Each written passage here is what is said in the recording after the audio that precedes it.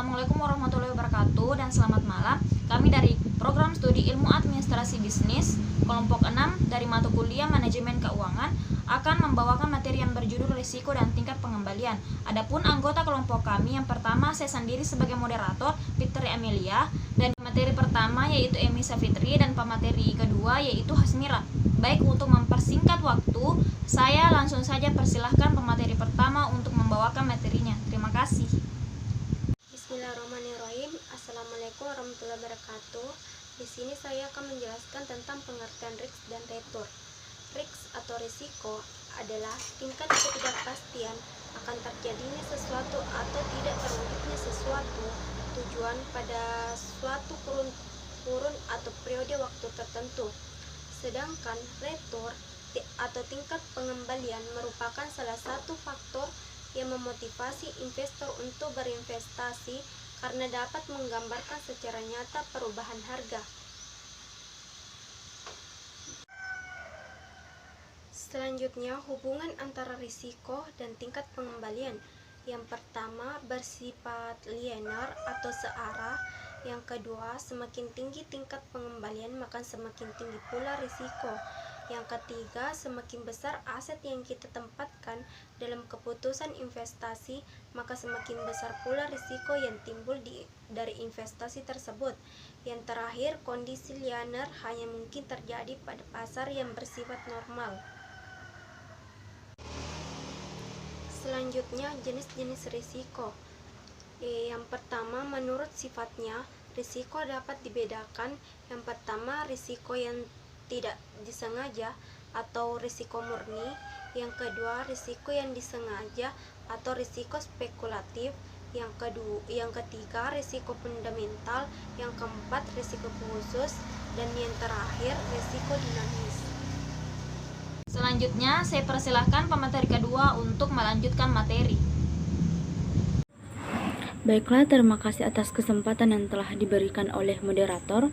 Di sini saya akan melanjutkan materi jenis-jenis risiko. Yang ketiga yaitu menurut sumber atau penyebab timbulnya risiko dapat dibedakan menjadi dua bagian. Yang pertama, risiko intern, yaitu risiko yang berasal dari dalam perusahaan sendiri seperti kecelakaan kerja, kerusakan aktiva karena karyawan dan sebagai berikut.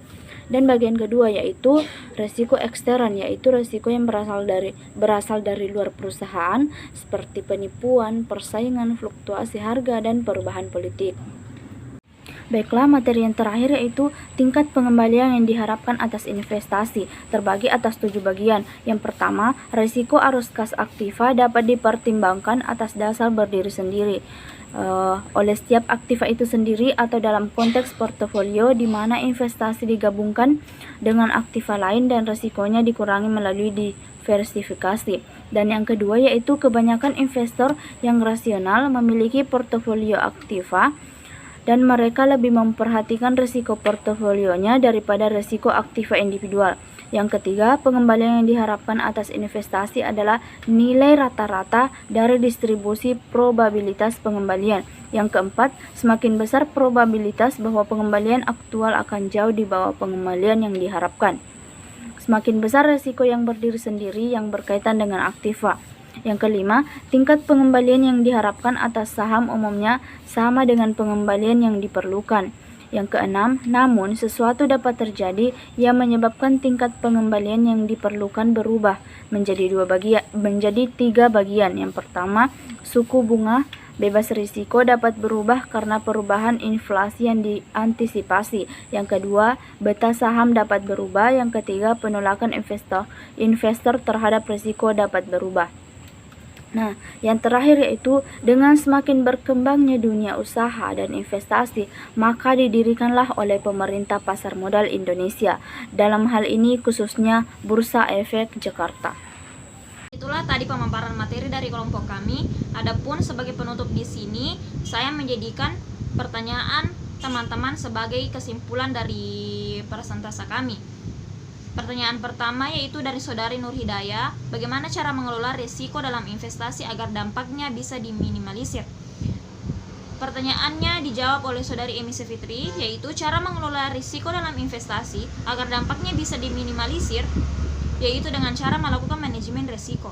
menghitung setiap langkah investasi dengan melakukan analisis-analisis sebelum memutuskan untuk berinvestasi sehingga pertimbangan risiko sudah diketahui. Pertanyaan kedua yaitu dari saudari Ipariani Rahman.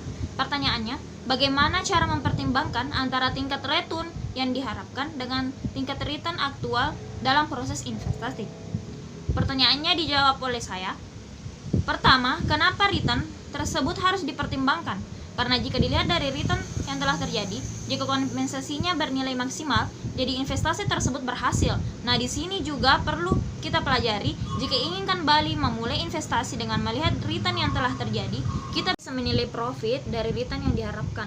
Bagaimana cara menyeimbangkannya? Return yang telah terjadi yang dihitung berdasarkan data historis. Return historis ini berguna sebagai dasar penentuan return ekspektasi dan risiko di masa yang akan datang. Pertanyaan ketiga dari saudari Syaukia Uliasyam, jelaskan bagaimana prevensi investor terhadap risiko. Pertanyaannya dijawab oleh saya sendiri. Pertama, risiko juga bisa diartikan sebagai kemungkinan return aktual yang berbeda dengan return yang diharapkan. Adapun preferensi atau pilihan-pilihan yang mungkin diambil oleh investor pada saat menghadapi masalah adalah: pertama, investor yang mempunyai sikap enggan terhadap risiko disebut dengan risk averse investor. Investor ini tidak mau mengambil risiko suatu investasi jika investasi tersebut tidak memberikan harapan return yang layak sebagai kompensasi. Saudari Rika Arfani, bagaimana cara seorang pembisnis agar dapat meminimalisir risiko-risiko yang terjadi setelah investasi dalam sebuah perusahaan? Pertanyaannya dijawab oleh saudari M.S. Fitri. Sebaiknya jika Anda ingin membangun bisnis dan meminimalisir risiko-risiko yang terjadi, bangunlah secara bertahap. Pertanyaan kelima dari saudari Nur Kodria Syafitri. Pertanyaannya, faktor apa saja yang harus diperhatikan oleh perusahaan ketika mengambil keputusan dengan risiko yang tinggi? Yang pertama, lakukan identifikasi risiko. Yang kedua, ranking berdasarkan kerugian. Dan itulah tadi pemaparan materi dari kelompok kami. Lebih dan kurangnya mohon dimaafkan. Wabillahi taufiq wal hidayah. Wassalamualaikum warahmatullahi wabarakatuh dan selamat malam.